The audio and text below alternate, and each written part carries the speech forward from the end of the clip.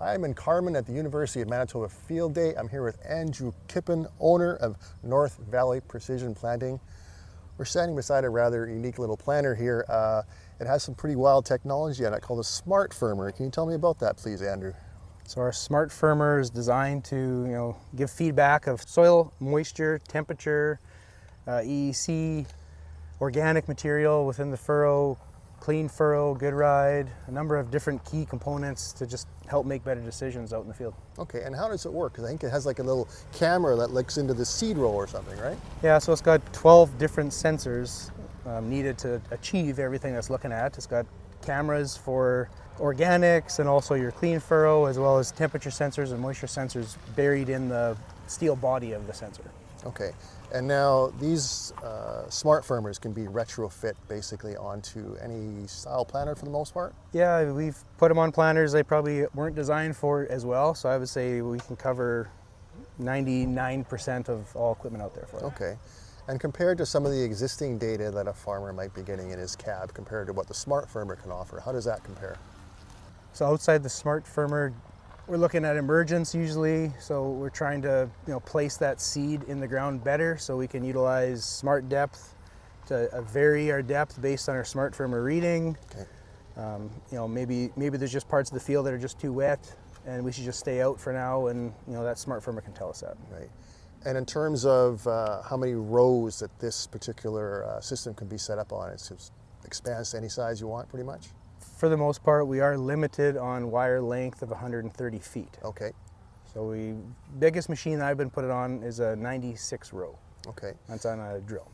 In terms of the retrofit time, is it a fairly easy system to install, or do you need a person like yourself to kind of go in and do it? An operator probably can't do it themselves. Yeah, actually, for the most part, precision planting's been pretty good with providing the material needed to install everything yourself. Okay.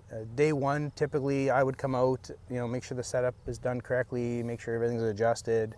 Okay. But install, most guys can achieve that on their own. So kind of plug and play is what you're aiming for. Yeah, plug and play system, very simple. That's great, Andrew. Is there anything you want to add I didn't ask you about today?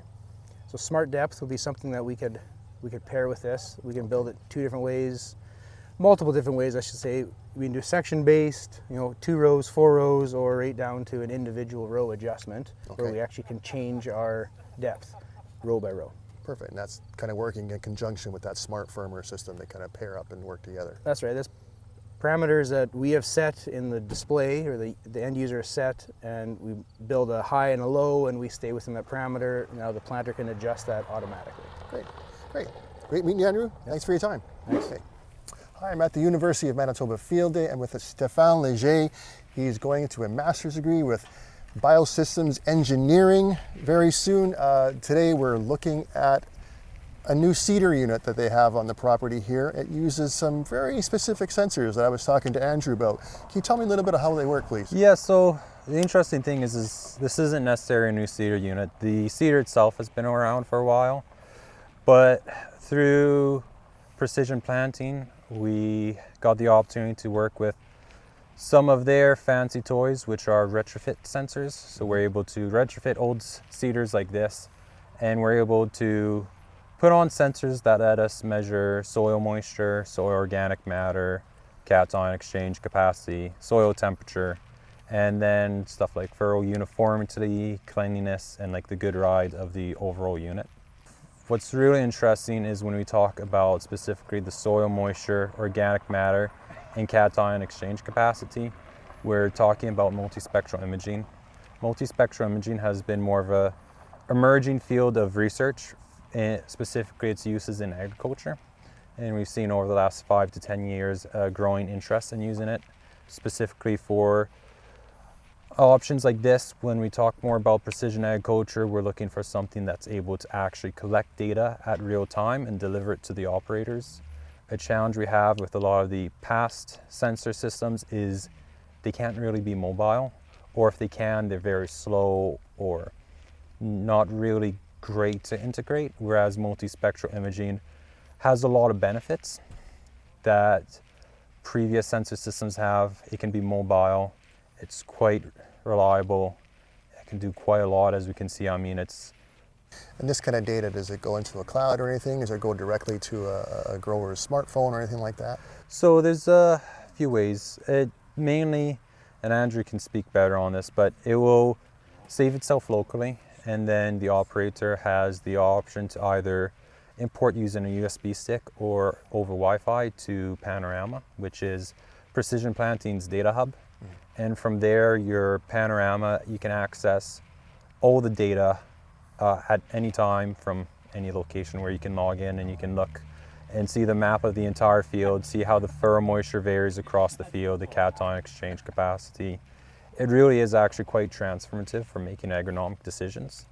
Even for something as simple as a good ride, maybe you're looking, a few months down, you're like, why is this one area patchy? You open good ride, it's like, we're driving too fast there. It really is transforming how we can do agriculture.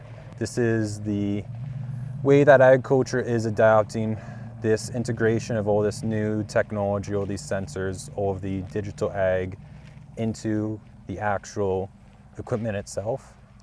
It's the way that companies and researchers are investing their time and money into. And it's helping maybe some operators that don't have a lot of experience in a cab For sure. Jump into a cab and run a field a lot better. Yeah, like for me, my big thing when I look at my research, my question is, how can I replace subjective experience? If I talk to my father or my grandfather who've worked with the field their whole life, they know the field in and out, and it's taken them maybe decades to learn all these intricacies. And I think as we see, equipment's getting larger, farms are growing larger, it's just been a developing trend that we've been seeing. Less people are coming back to the farm who grew up on a farm. And so the question really is becoming, how do we replace the subjective experience we used to rely on? And I think sensors like this are giving us one of those opportunities by, for example, the good rides. The measurement it provides is the same measurement that your grandfather provides when he tells you to slow down, but now you have a number. You don't need grandpa to be around. He can be off vacationing in Mexico during planting. And then you can look and you can see on the display, you're going, well, why is my good ride going down? You look over, it's like, maybe I shouldn't be going 7 miles an hour. Right. That's my area of interest. The communication of information and data, I think, is something that us researchers sometimes forget we still need to do for operators. And systems like this really do an excellent job at that. Great. Well, thanks for your time, Stéphane. Thank you. Nice meeting you. You as well.